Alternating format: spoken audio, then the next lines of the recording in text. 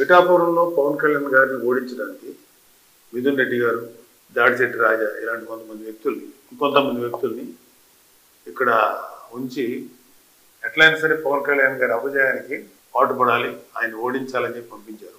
కొత్తగా మాకు స్థానికులు ఇన్ఫర్మేషన్ ఏంటంటే మిథున్ రెడ్డి వల్ల కూడా కావట్లేదు. సో కడప నుంచి కొంతమంది గూండాలని, కొంతమంది రౌడీల్ని పిఠాపురానికి పంపించినట్టు మాకు సమాచారం వచ్చింది. సో మీరు ఎంతమంది వస్తారో రండి, ఇక్కడ మేము రెడీగా ఉన్నాం, మా పిఠాపురం ప్రజలు రెడీగా ఉన్నారు.